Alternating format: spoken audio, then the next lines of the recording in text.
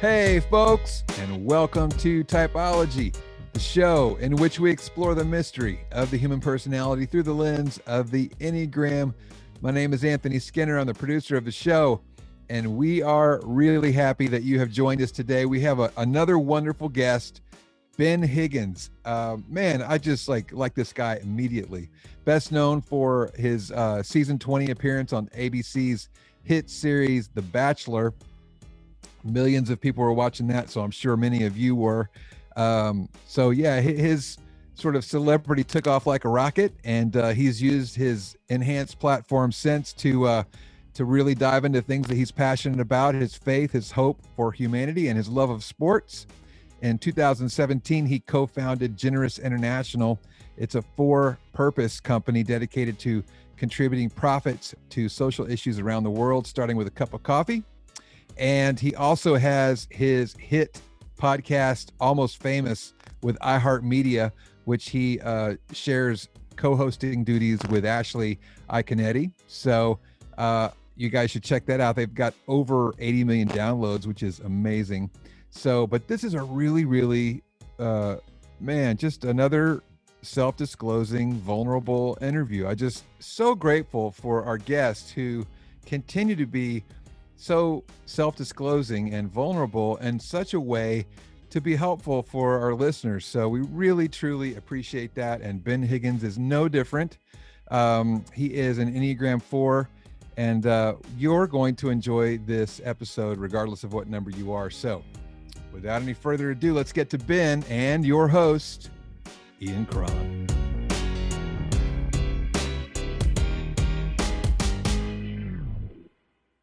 Ben Higgins, welcome to Typology.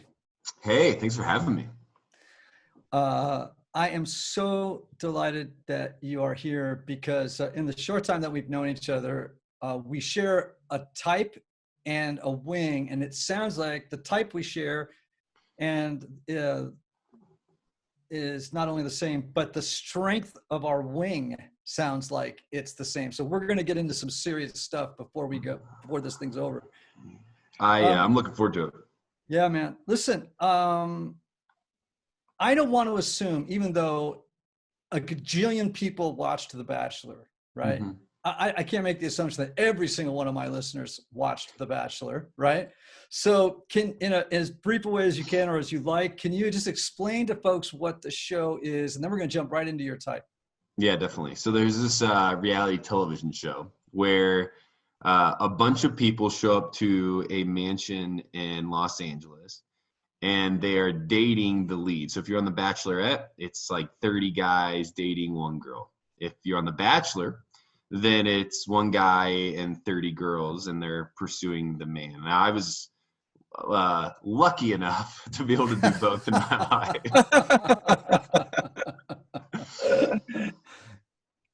I was about to say, it sounds like my life in the 1980s, but we don't have to go there.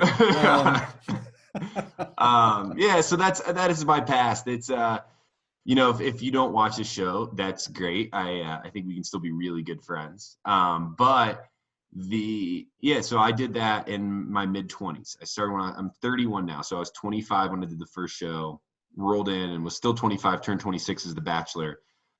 Ended up engaged off of The Bachelor. That relationship lasted about 2 years. We broke up, and now I am again. I'm very happily engaged now to a beautiful human in Franklin, Tennessee. Yeah, she's like a hometown, or not a hometown girl, but she lives here, right? That's right. Yeah, that's great. All right. Well, the next time you're here, we expect a free lunch. That's right. That sounds good to me. All right. So the big reveal, of course, which is not such a big reveal now because most of our listeners know my type, is that you are an Enneagram 4 with a strong 3 wing. Mm-hmm. I am. Yeah. And you don't meet many of us, I don't think, right? Well, I live in Nashville, so where there's a lot of artists. And so we meet our share of 4s, trust me. They're all head down, wandering the streets, writing songs in their heads and thinking about Lord knows what, except that it's probably very sad. How did you learn your type, and what was it as you learned about the individualists, right? Or sometimes called the romantics. What was it about that type, like that you learned these, said, oh yeah, man, that's me for sure? Yeah. It's an interesting story too.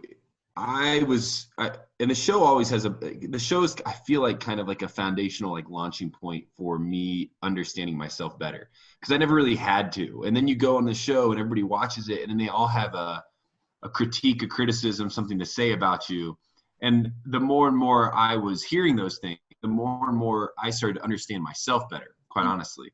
And at some point, a buddy of mine within the church had said, hey, you should take the Enneagram. I think it's going to give you a clearer picture of who you are. This is while you're on the show. Right after the show. So the show had just aired. I was really struggling with these, like, massive, like, self-realization moments, like many of them back to back to back to back. And I grew up in a small town in Indiana. My worldview was very small. I had a lot of curiosity. I read a lot. I still have just a lot of curiosity, and I felt, I don't know if this is going to come off right, but I felt my curiosity was sometimes at odds with my faith. Meaning I was always so curious that it was hard for me just to take things for what they were being said to me. And that was getting to be really hard internally for me. And so he said, how about you take an Enneagram? I think you're going to understand yourself better. And I think you're actually going to come to, like, appreciate yourself more. And so I took the test, and reading it came back. Like, I mean, the things that really spoke to me, I think the major one is that when I'm at my weakest, which feels more often than probably I desire, I do feel like the kid on the outside of the window looking at the party that he wasn't invited to, just wishing I could be there. Or feeling almost like a lot of my counseling in life has been this Truman Show fear that the joke is on me, that everybody's in on something that I'm not in on. And those two things, understanding that I wasn't the only one that felt that way, I think was helpful. I don't know if it's, like, solved any problems, but it was very helpful for me. Right. So how torturous was it to be on The Bachelor, and you have this feeling that you have spent your whole life with your nose pressed against the glass, looking in on the party of life, not having received an invitation? Did you not feel this incredible chasm between that experience externally and your internal experience of yourself? Yeah, 100%. I mean, one of the interesting things now that the show tells me, I have a good relationship with the show still, that the producers originally were really not a fan of me, not because they didn't like me or that I was mean. What ended up happening was, when I went on to the show, I spent the first 2 weeks napping often, escaping wherever I could to find some type of peace and normalcy, and get away from the cameras, get away from whatever was happening, like leaving, and doing it because for two reasons. One was I was just really tired, like overly exhausted, not because filming's exhausting, just because, like, the environment was so consuming and I had so many emotions trying to be processed that I couldn't function. The second is one that I've recently kind of figured out, was I was so nervous that they were actually going to, like, understand me. And once they learned who I was, that I wouldn't be there any longer. And so I hid, thinking the longer I hide, the longer I could be there, because as soon as I show up and as soon as I'm really me, well, nobody's going to appreciate it. Nobody's going to like it. Nobody's going to want me around. And so I hid. So the battle during the show, I guess, and I say all this now because I've been able to process it. At the time, I didn't recognize it or realize it was going on. I wasn't at the time going, oh yeah, because I'm a 4, this is hard for me. It was just like, no, this is hard for me, and I have no clue why. Yes. Yes. That you have just said 3 things about 4s that are almost out of a textbook. Okay. The first one would be 4s, particularly when they don't know they're 4s, when they haven't gained that self-awareness, right? Are flooded with feelings. And there are times when there are so many feelings, they don't know which one to pick out and either talk about or examine first. That you're just being, it's like flooded. Yeah.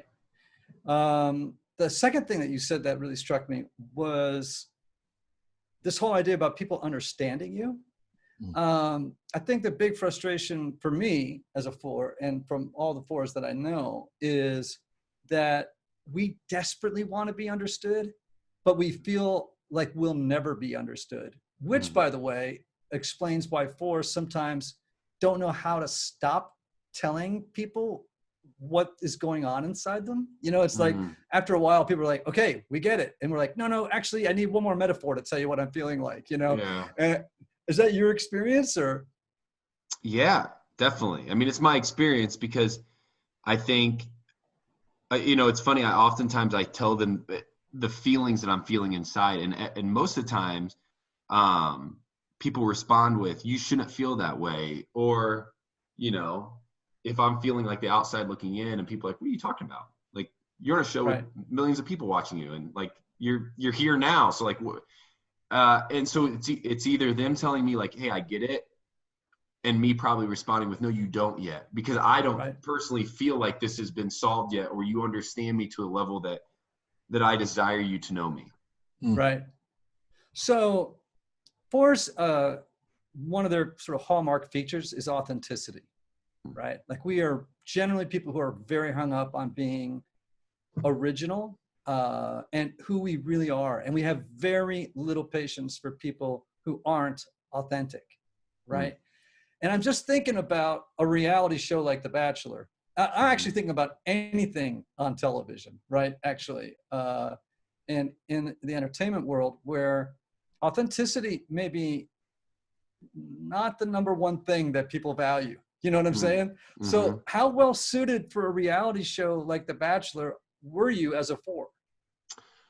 I think there's definitely pros to being a 4 and going on the show. One is, I think the authenticity piece helped, because I wanted the connections and the relationships to be authentic to whatever level they could. Now, not all of them are going to be romantic, but a lot of I'm hearing these women's hardest stories of life, the things that have affected them the most, things that have changed them the most. And for me, for lack of a better term, like, that was enjoyable. Like, I appreciated those moments. I wanted to sit within those moments with them. I maybe just out of ego and pride, like, I felt like I had a responsibility as the Bachelor to hear them, to see them, and to let them know they weren't alone. I do think, though, you get a common thing in reality television, and I'm learning now more and more in life.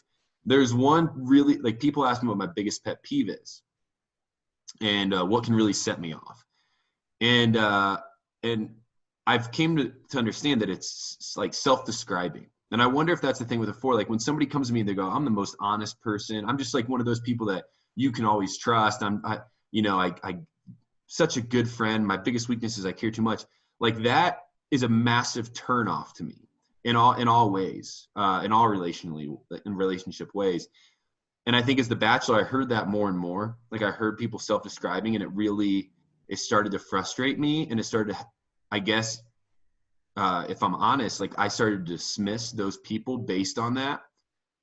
And I'm recognizing that now. Like, I dismiss people who describe themselves because I just want them to show me who they are. I don't want them to have to tell me. I want this to be a real, true thing where I go, you are a incredibly caring person. I don't want them to have to tell me they are. Right. I understand that. First of all, because there's a little bit of me that's appropriately skeptical, number one, right? I think I don't believe that cynicism is a good thing, but I just think appropriate skepticism in life is actually a really good thing. Otherwise, being naive is not a good way to walk around the world, right? But I think with 4s, we might hear that and think, if you have to tell me you're authentic, chances are you're not. You know That's what I my mean? response. Yeah, definitely. It's like, if you got to tell me you're authentic, chances are you aren't. We've talked about this on the show a couple of times, that we think there's a big difference between being authentic and being transparent. People who are transparent, you get this feeling like they're sharing deep stuff with you about themselves, but it's a little contrived. It's a little scripted, it feels like. Whereas when someone's being authentic, you can feel their heart racing. You can feel their anxiety about what they're telling you, because they're being so legitimately vulnerable in the moment. Mm-hmm. And as a 4 who has a lot of empathy, all 4s do, that signals me that this person's being real, right? And that's a gift to have. That's our superpower, is empathy. Yeah, it's interesting because, you know, as I think I do look back on life, I'm comfortable in those moments too, and I don't know if I do well in them. You'd have to ask one of my friends or somebody that has confided in me, but those moments don't scare me. Right. They're almost, you know, these are pretty terrible analogies, but they almost feel like they're my Super Bowl. Like when somebody comes to me with a deep-seated fear or story or just problem that they have to work through, like in those moments, I know it, like I almost like feel internally like I have to step up to the plate here, where I think maybe some other personalities I know, not that they run, not that they don't care, but they're not comfortable in those. That would exhaust them. For me, those actually, in a sense, like energize me, because I feel like that's where life is actually being felt and being consumed. Yes. Okay. So I don't think I've ever told you this, Anthony, but Ben, see, I bet you this might, you could probably put yourself in my shoes and resonate with this. So when I was a pastor, I had to do weddings and funerals, right? Mm-hmm. I hated doing weddings. I hated it. For so many reasons. Number one, it was in Greenwich, Connecticut, where most weddings felt more like coronations than weddings. You know what I mean? Like they were over the top.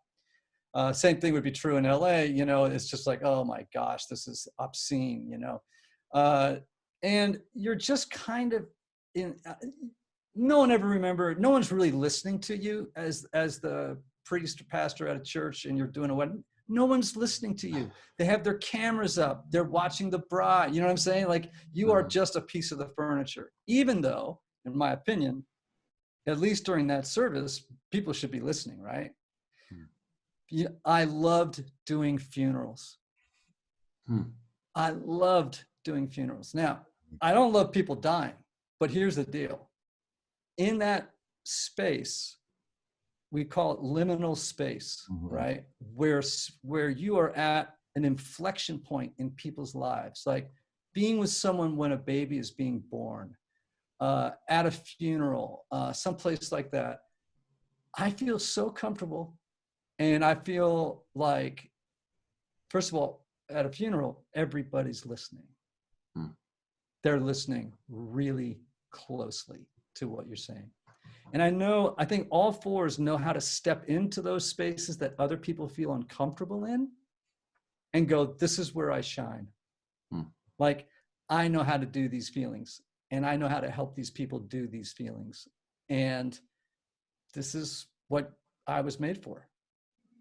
That's good. I have a question then, because a wedding is a celebration. There's a lot of joy behind it. A funeral is oftentimes, you know, surrounded and comforted by pain and loss. You know, I feel in life most connected to others through shared pains. It's really hard for me personally I can celebrate somebody, but I honestly, I cannot look back on a time where celebrations moved me to tears, or I can't think back on a time where celebrations made me feel closer to anybody. I enjoy it. It's fun for me to be there, but like sitting in somebody's pains, sitting in my pain, sitting in someone else's pains, those are moments I can point out and say, that's like, I've connected with the closest people in my life through those moments, and not as much the opposite. I 100% agree. And I would tell you that I've had guests on the show who are, let's say, 7s, who would say precisely the opposite, right? They would hear what you and I are saying right now, and they would be like, you are from Mars, man. One of my best friends is a 7. He loves your podcast. He listens to it all the time because he's trying to figure himself out. And like, yeah, the ways we feel things and things that we look forward to, so opposite, so different. It's interesting. Well, can I say something real quick? What Yeah. you just said about the way you started, I can't ever remember, celebrating to the point where I was moved to tears. And my wife is a 4, I'm a 4. And it's funny, sometimes we slip into rating the success or failure of something, whether it's a movie or somebody speaking or a song of, oh yeah, everybody was moved to tears. It's like, yeah, it's like. So Ben, check this out. Yeah. People know this story, but it's true. I one New Year's Eve asked my son where he wanted. We were in a town where we didn't know anybody, and I was like, "Hey man, let's go see the movies." And he said, "Yeah, okay, let's go to the movies." And he said, "You pick." So I took him to see Manchester by the Sea. Okay? Oh yeah. My son is a 7. On New Year's Eve. So man. I am bawling my brains out, and I'm thinking, this is so beautifully acted. The script is exquisite. The ending is so true to how life really is. I feel so moved, and my son is looking at me like, this is torture. This is the worst. And it's New Year's Eve. Yeah. It's New Year's Eve, okay? And so that's where, I mean, people look at 4s, I think, and I think just about every number on the Enneagram looks at 4s, and they think to themselves, that just doesn't make a lot of sense to me. Yeah. I think it's why we're, 4s and 8s are probably the 2 most misunderstood numbers on the Enneagram. Yeah. Is there, I think one of the big questions that I've always had then is, if I'm misunderstood, how can I help people understand?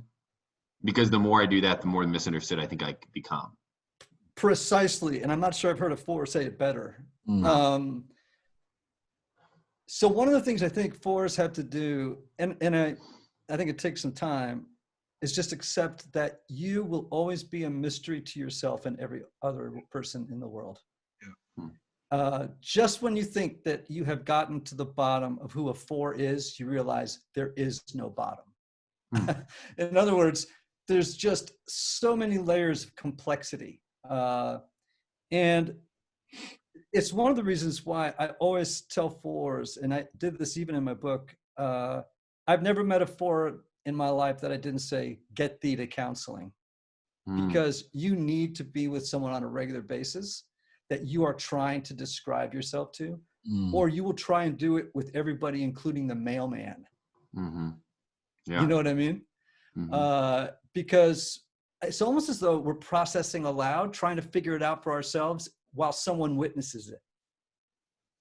You know? Which doesn't always make for great relationship. It can make for people thinking, boy, that person is very self-involved, when that's not necessarily the case. It's just like, we're just trying to figure it out, man. It's funny. I host a podcast for iHeartRadio. It's a pop culture podcast. Like, it should be a really fun, just listen to it when you're trying to get caught up on all the crazy celebrity gossip. And my co-host is awesome. She knows it all, and I know none of it. So she teaches me it. And the biggest criticism I ever get on it, we've done it for 3 years, is that I take it to I'm always trying to take it to a level that's a little too deep. Me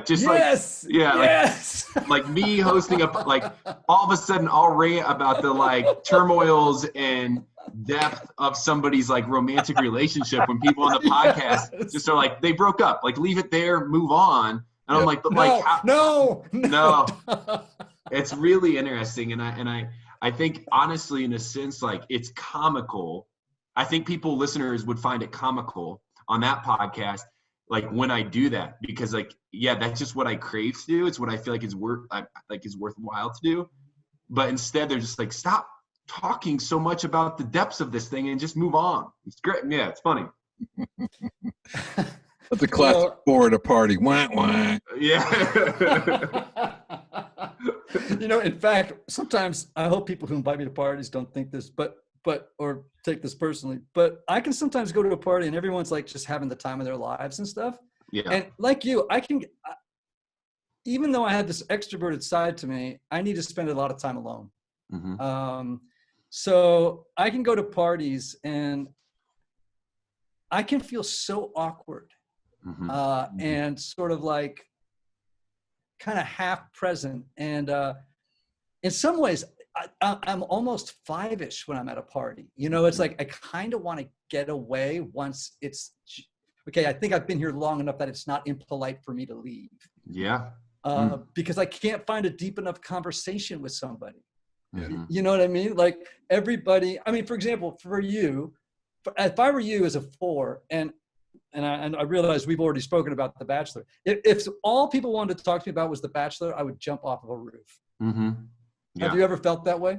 Oh, yeah. Yeah. I mean, this is 5 years. And I think in 5 years, there's not a day that goes by that there's not something about The Bachelor that I respond to or like have to talk about, which, you know, I get it. I signed up for it. It's a big part of my life. But yes, like, I mean, I feel the same way. And then think about this, you know, I walked into a party already feeling a little awkward, already feeling like, hey, I'm just trying to like kind of weasel my way in here and like find the right place that I feel most comfortable or find the right conversation I can at least exist in. And then like now a lot of the attention is on me to talk about a show and like live up to an expectation from a show that I can't live up to. But I feel then like I leave most social environments disappointing the masses, especially when they're, you know, a meet and greet or a Bachelor focused deal, because I'm not reaching their expectation of who I am. And I feel that deeply. Now it can even be down to a smaller party, just a little dinner get together. If I'm not reaching the expectation, like I feel that deeply and I don't brush it off easily. Like and so as a result, I become more and more introverted and I stay farther and farther away from those events because too consistently they make me feel worse about myself because I know I'm not matching what they hope for. Oh, well, I think, you know, if you were a little bit older, we'd be twins. You're describing my life in a way that's making me uncomfortable for the first time on this show. You have a book. What's that? I don't want to do that. I don't want to make a book. No. That's fantastic. Okay. So you got a book coming out 2021. The title is so four that it's unbelievable. It's called Alone in Plain Sight, which is what you just described. There it is. Yeah, Ben Higgins alone. Face. There is a 4 face. Right it's a 4 face with a 4 title. Wow. A 4 face with a 4 title. Oh my gosh. Alone. Did you pick that title or did the publisher pick it?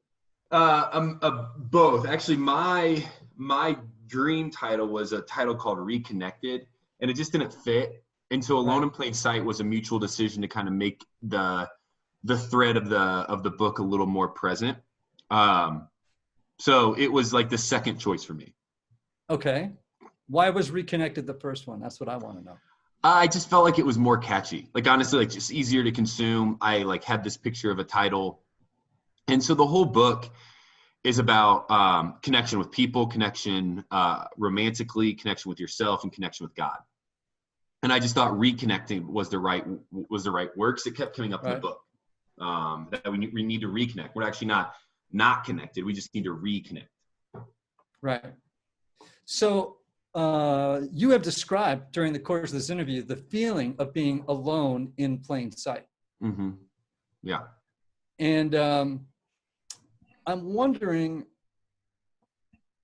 how it is, because you've described a lot about what it's like to be a 4, but you've also described a lot of what a 4 has to work on to get past. Mm-hmm. In other words, there are a few numbers on the Enneagram that I think have to learn how to get over themselves more than 4s. And what I mean by get themselves is they have to get over their self, capital S, right? Mm-hmm. Where are you on the healing journey then of getting over your large S self? Good question. Well, you know, I want to say all of this, and I feel like it's important to preface with, I don't want anybody to feel bad for me. Like, I think oftentimes I come off in interviews and I sit down like I did on this one. I say, hey, this is a moment that I need to just respond with what I know to be true. And I'm not like, I don't need to come here and talk to you and twist anything or try to get a message across. Like, I didn't sit down with a plan on what I was going to say. And that's That's fun for me. I don't get to do that very often. It's enjoyable. But because of that, I think oftentimes, like as I speak vulnerability, that often comes off as sad. Like I think I think sevens will listen to this and be like, that poor guy, like that dude is just like I know, depressed and sad and he can't figure himself out. Like I function fine. Like I'm good. I don't want you to feel bad for me. But I have a lot of healing to do and a lot of things to figure out. And so I've been in counseling, since March of this year consistently, which is the first time in probably, I think before that I had taken about 8 months off. My ego is pretty big, man. It's pretty big. I think about myself often. If I'm honest, I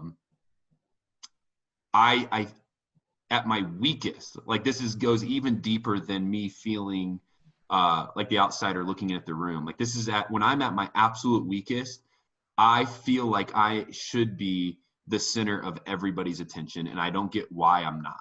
That everybody should be catering to the things that I feel, the things that I need. And now I'm engaged, right? With an amazing human. And I think being engaged has taught me and shown me more consistently like that's just unhealthy. It's not actually what I want for her to be doing at all. I don't want to be the center of her attention all the time. And that when I start to feel that way, usually my expectations for her are unhealthy and hurt our relationship. And so I started to identify this. It's as I've identified it though, it just made me recognize how many of my relationships I've been pushing people to focus on me so often that I think I've hurt my friendships, my family relationships in the process. And so where am I in that journey? I'm recognizing it. I'm trying to work through it. And I would say that I'm getting less reactionary in my emotions, and I'm taking more time to think through how I should respond, what it is I should be feeling, instead of just reacting and jumping on like difficult situation, be like, wait, why don't they care about me more? Well, yeah, man, I think for every number on the Enneagram, everybody in life, a huge step is to move out of the state of reactivity into the space of responsiveness. Reactivity is, always an accident waiting to happen. Whereas the ability to take what I call the sacred pause, and in that space, decide how I'm going to respond, even if it takes 3 seconds, or someone may say something or do something. As a 4, someone may say something, and my stomach falls, or I feel bad, and I stop and I go, okay, what story am I telling myself right now? What interpretation have I come up with of that person's words, which is always negative, right? That I need to let go of right now. And I think 4s, it's ironic with the ego thing, because 4s both have a big ego and don't have a big ego. I mean, in the sense of, how do I say this? A lot of times we feel an inflated ego because we feel that we're the best at being the worst. Yeah, that's a good way to say it. Yes. Well, I think you said this before too, Ian. It's like as a 4, we deal with so much shame, and you either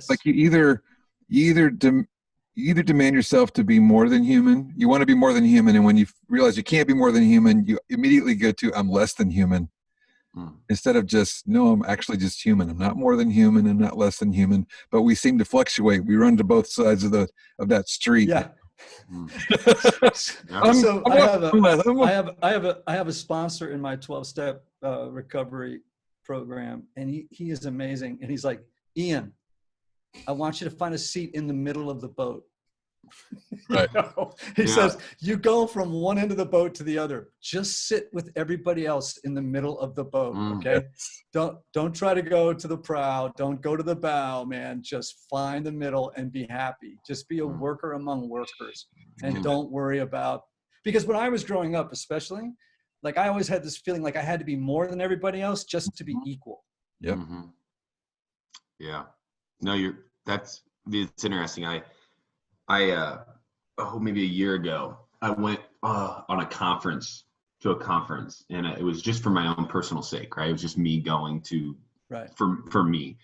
And I went into it, I said, okay, before I got there, I said, you are just going to be an attendee. Like this is, and that's your role. You're going to be an attendee. You're going to consume this information.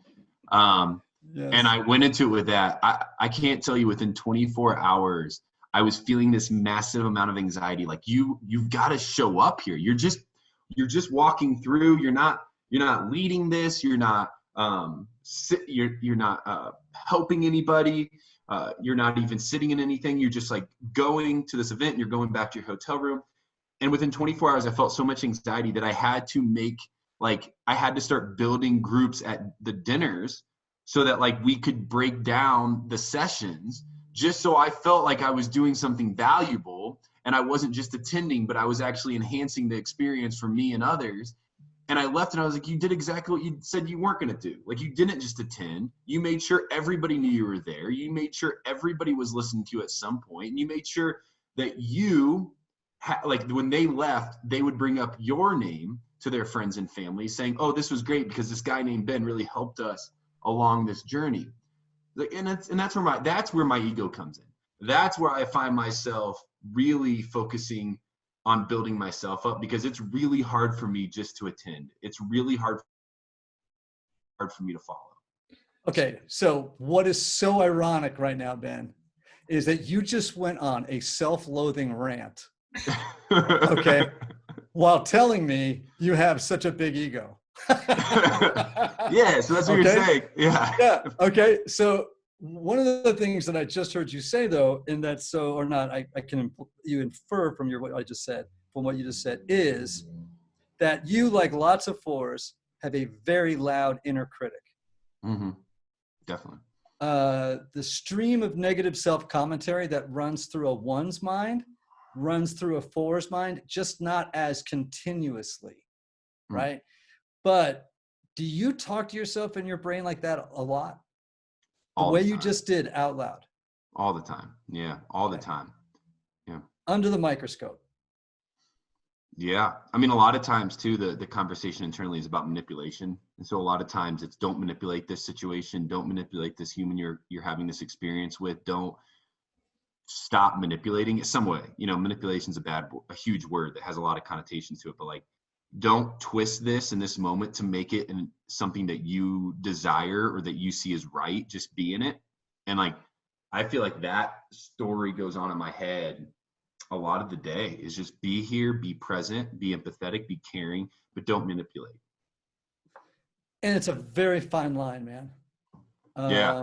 And, you know, I love that sort of, it's a platitude, but some platitudes are helpful, which is, you know, it's about progress, not perfection, you know? And sometimes, you know, I'm a little older than you, so I've had to learn how to remind myself of that a lot and be okay with it. Like, I'm going to do my best to be this person, but at the end of the day, if I get 65% of the way there, that's something to celebrate, you know? Yeah. And you just smiled when I said that, Ben. Why did you smile when I said that? Well, because I would have no clue how to celebrate 65%. Like it was maybe a month ago with my counselor, I sat down, I was like, man, I don't know if I felt true, like, just like really like I've lost myself in laughter in a year. Like, I can't remember the last time I just lost myself in laughter, or I felt just like an overwhelming amount of joy and gratitude. And I was like, I want to work towards this, because like, I am a believer in a God above. I don't just believe that to make me feel better. Like, I actually believe this. I'm also a believer in people. Like, I love people and I really love people's stories, but the joy that typically was felt in my life around those things have been lost. And I think it's because I really think it's what you just said. It makes me smile, because like, I think I have, for whatever reason, taught myself that you can't celebrate the 65%. You've got to celebrate the 100. And until you get to the 100, it's not worthy to be celebrated. You're not there yet. And that's just like, it's funny. I smile because it's like, that's where I'm at. Like, you know, that's the counseling I'm in. That's the progress I'm making. Well, man, I hope you get there soon. But also remember this, I think, and again, I don't want to be like, coming off as a sage. I mean, I'm doing as much work on myself as you are. But, acceptance in my life has been a really important thing. Not just self-acceptance, but just also accepting life on life's terms, like you are 6'4" and you play sports, right? Mm-hmm. Okay. I am 5'7" and I trip over my feet in my bedroom on the same corner of the rug every single day. Okay. All right. I do it at night. I do it it doesn't matter. Okay. So at one level, self-acceptance comes with a sense of humor. It's like, you know what, dude? Mm-hmm. You are an intense human being. Mm-hmm. You are, in your own way, kind of odd. Don't let that get your ego inflated. Don't overvalue or devalue yourself for that. Just realize. I mean, I had a therapist say to me once, I said, I can remember I was like your age when I said this. I said to this person, I said, I just want to feel like I'm one of the guys. Mm-hmm. And this guy looked at me and he rolled his eyes and he laughed and he went, friend, if you don't hear anything else today, hear this. You will never be like one of the guys. Yeah, that's true. No. And, at the time I heard that and it kind of wounded me a little bit. But as I've gotten older, it's like, there's always going to be this part of Ian Cron that other people are going to sort of go, I don't get it, And because, and why not? Because I spent half my life looking at parts of Ian Cron going, I don't get it. Why should I expect anybody else? Yeah. All right. So you're engaged now, right? I am. And what's her name? Jessica. That's a lovely name, Jessica. That's beautiful. Yeah. Yeah, that's a good name. All right. Mm-hmm. How does she deal with you, dude? I have a couple things going my way. One is she is hold on, I want to get a pencil. Yeah. She is the most empathetic, kind, slow to speak, quick to listen person I've ever met. What number is she? She is a 9. Okay, I have a 9 wife. You need to just move in with me. Yeah, you and I. I'll just take over your life right now. You and I. Yeah, you're living my life, except you're infinitely more handsome and taller than I am. That's all. How does it end up? Has it been a good life? I don't know. It's very, very unfair, is what this is. But continue. She's wonderful, and so one of the things I have going for me is just Jessica as a human, just is. Just like generally the most caring human I've ever met. She loves hard and loves well and loves pure. She is one of the purest people I've ever met. She wants to do what is right. She wants to do what is right for herself, for her family, for her friends consistently. And her boundaries in life, maybe she doesn't have these strict, I won't do this, I will do this, but her are a lot tighter than mine. She walks a straighter path than I do. Her path doesn't wiggle back and forth too much or go left and right. It's pretty consistent, which helps me a ton.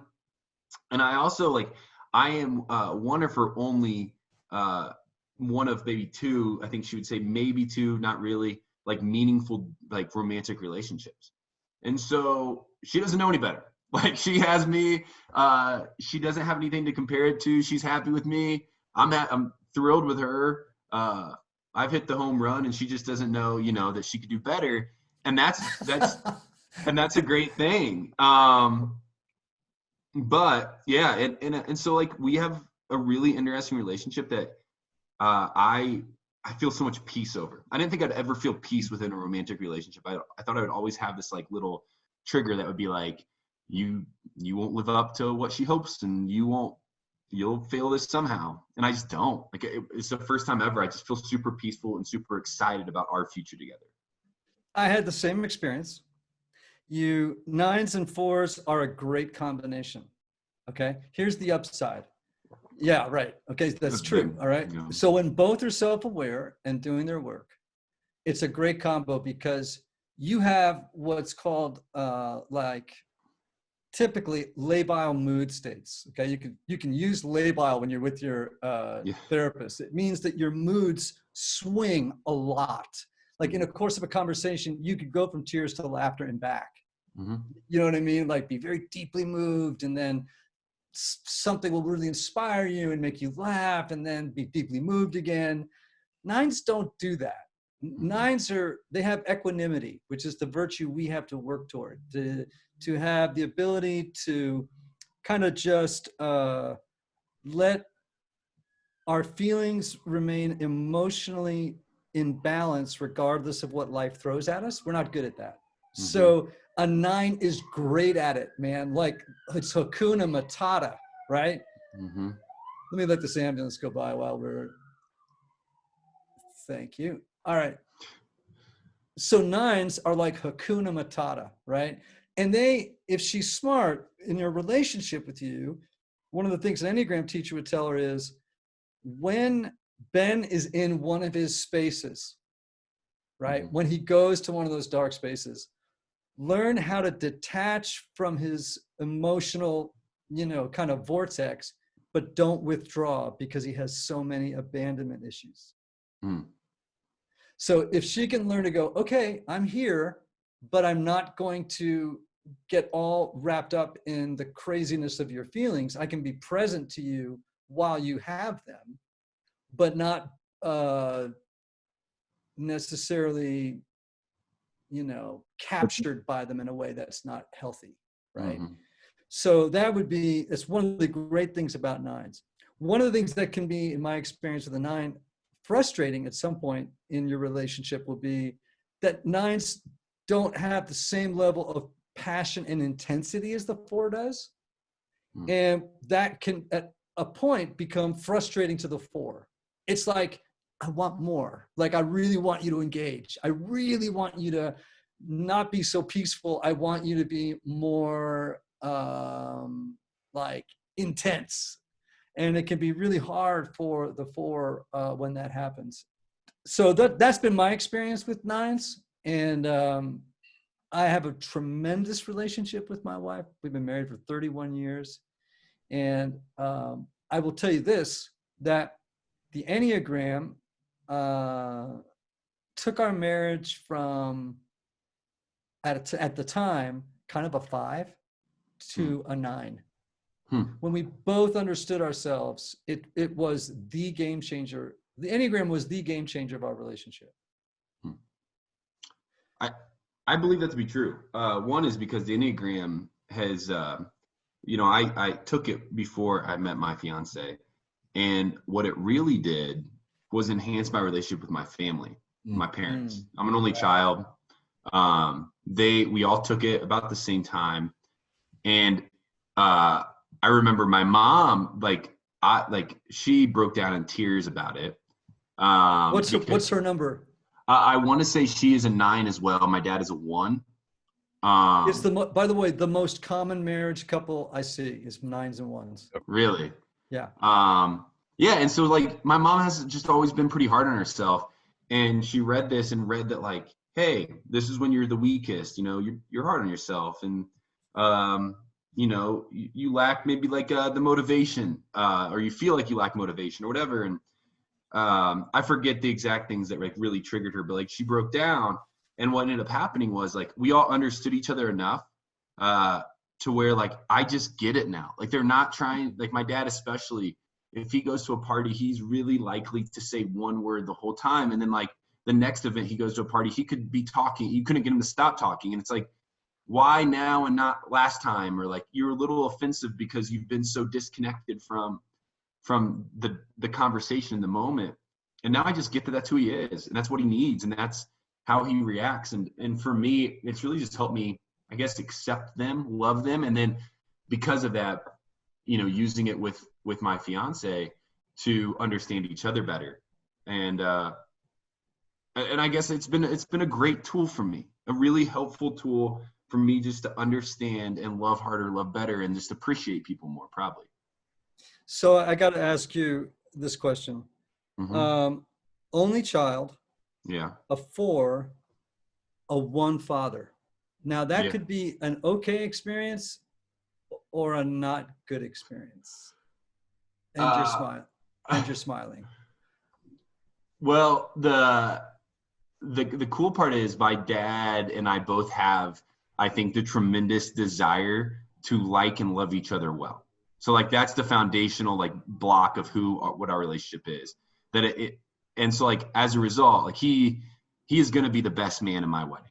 I love that man tremendously. I like him, but man, do we see differently. Yes. Like I don't know if we agree. Like we're big Cubs fans, so we'll text about the Cubs a lot. Like even when it comes to sports, we don't agree on half of the analysis. Then when it comes to life, it like probably gets even smaller. Like we don't see eye to eye on much, but I think over time we've learned to appreciate each other and respect each other enough to know that we each have our own reasons for coming to the conclusions that we do. The weird part is, and I don't know if this is just me and I'm a jerk or not. Since I was little, I can bait my dad into anything. Like I understand, like my mom laughs, like I understand, I do. And like, there's not many people in this world I get my dad so much that I can literally, Jessica laughs, my fiance, like I know a situation's coming up and I will tell her, my dad is going to say this, like his response will be this, he's going to react this way. And I don't remember the last time I was wrong. Like I just, right. And I think it makes him pretty angry. But it also makes us laugh. Yeah. You goat him or that you know him so well? What's that? That you goat him or that you know him so well? What makes? I think both, because I know him so well. So I throw the worm at him often and he bites every time. Which I don't know why I do it. I love it. I don't know why I find so much joy in it. Like it's got to stress him out. He's already got a bad heart. Like the poor guy. It's not fun. But yeah, it is. It's like, but our relationship's great. And but yeah, we definitely don't see eye to eye much. As a teenager, we fought like hard. Like it was very contentious. And I think as we get older, it just doesn't, like that stuff doesn't matter as much. There's not as much of us needing to like tell each other how it is. Okay, so as we come up on the end of this interview, I want to say just one thing about it.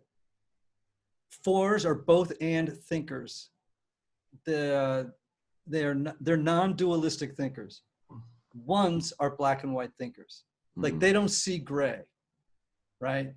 And that can be a very hard thing with a young kid who's a 4 or a teenager who's a 4 and can see lots of colors and realizes that life isn't simple, that sometimes there are gray areas and things that you don't know, and mystery is okay. 1s don't like mystery, right? Like 4s love mystery. I can walk around an ancient cathedral in Europe and just be higher than a kite, and 1s are like, okay, I'm done now. Let's go to the next thing. I mean, and I'm like, I'm just starting to feel the space, man. Like, what are you, right? And so I'm glad that you've arrived at this kind of place with your dad, because I do know some 4s with 1 fathers that the relationships have been very, very, very difficult.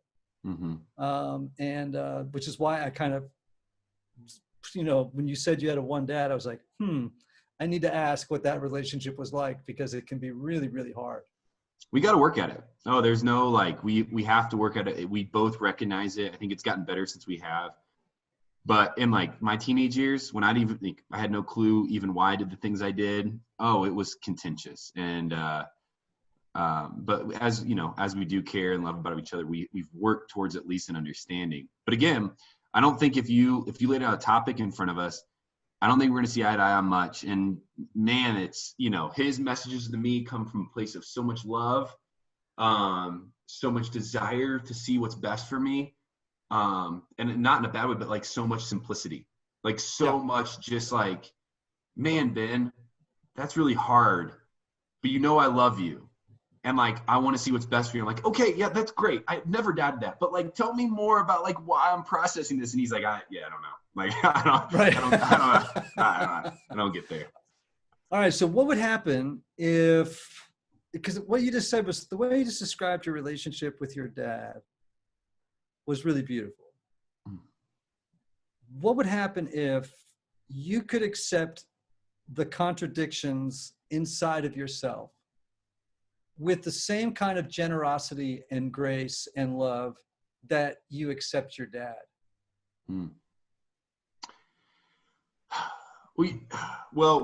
I think my initial response is I feel like I'd be failing myself.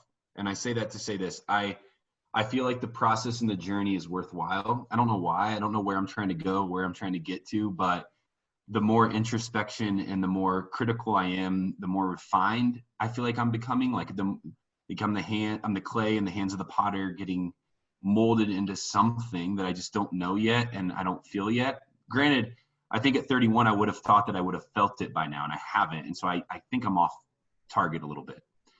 The second part of this is I'm in a weird season of life, Ian and Anthony, because I did just finish this book. And this book is a 2-year process that I finished not more than 5 months ago. And the book is a memoir about these things. And as I'm pulling out like old childhood stories and old high school stories and old middle school stories of like disappointment, pain, rejection, feeling isolated and alone, like it threw me into counseling because I had pulled back like all these things that I had healed myself and forgiven myself for, and like kind of not suppressed, because that sounds unhealthy, but like just cover it up in the most healthiest of ways. And I pulled them back out again. And so like, I am literally right now a human emotion. Like close the thought. Last night, my buddy asked me if I wanted to watch this movie that's supposed to be super sad. And I was like, no, because I'll feel it for the next 3 weeks. Like I just can't. So yeah, it's interesting thought. I feel like I'd be falling short would be the best way to answer that. And I don't know if that's good or bad. Well, I can't judge it, but because you are where you're at. And, but I can tell you that one of the gifts that the Enneagram has given me, and I'm not saying I have this nailed, okay, but just the gift of self-friendship, to be my own best friend, unconditional self-friendship, like, hey man, I'm here for you. So that even in my darkest moments, it's like I'm not like when I was younger, man, I just pounded on myself constantly. It was never ending. It was this constant litany of not enough, you're not enough, you're not enough. You got to work harder. You've got to be better. And like I said earlier, you've got to be better just to get to a place where you feel equal to everybody else. Like you got to work harder to be equal to people around you. Like in terms of value, normalcy, having a sense of ease in the world. And I think one of the gifts maybe of age, but also of the Enneagram has been saying, you know what, that's just never going to happen. You had better learn at some point, I'm talking to myself, not you.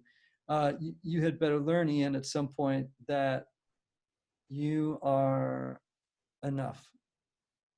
And this constant thrashing around in the water, this constant scrupulous self investigation to the point that all you're doing is sort of surgery on yourself without anesthesia all the time. It has not yielded the product you wanted. You know what I mean? And so, I don't know, maybe part of the journey is doing it until you run out of steam. I don't know. But I hope number one, I hope you find really healthy ways of healthier ways of dealing with it than I did, which were not healthy at all, of dealing with a lot of that pain, medicating it.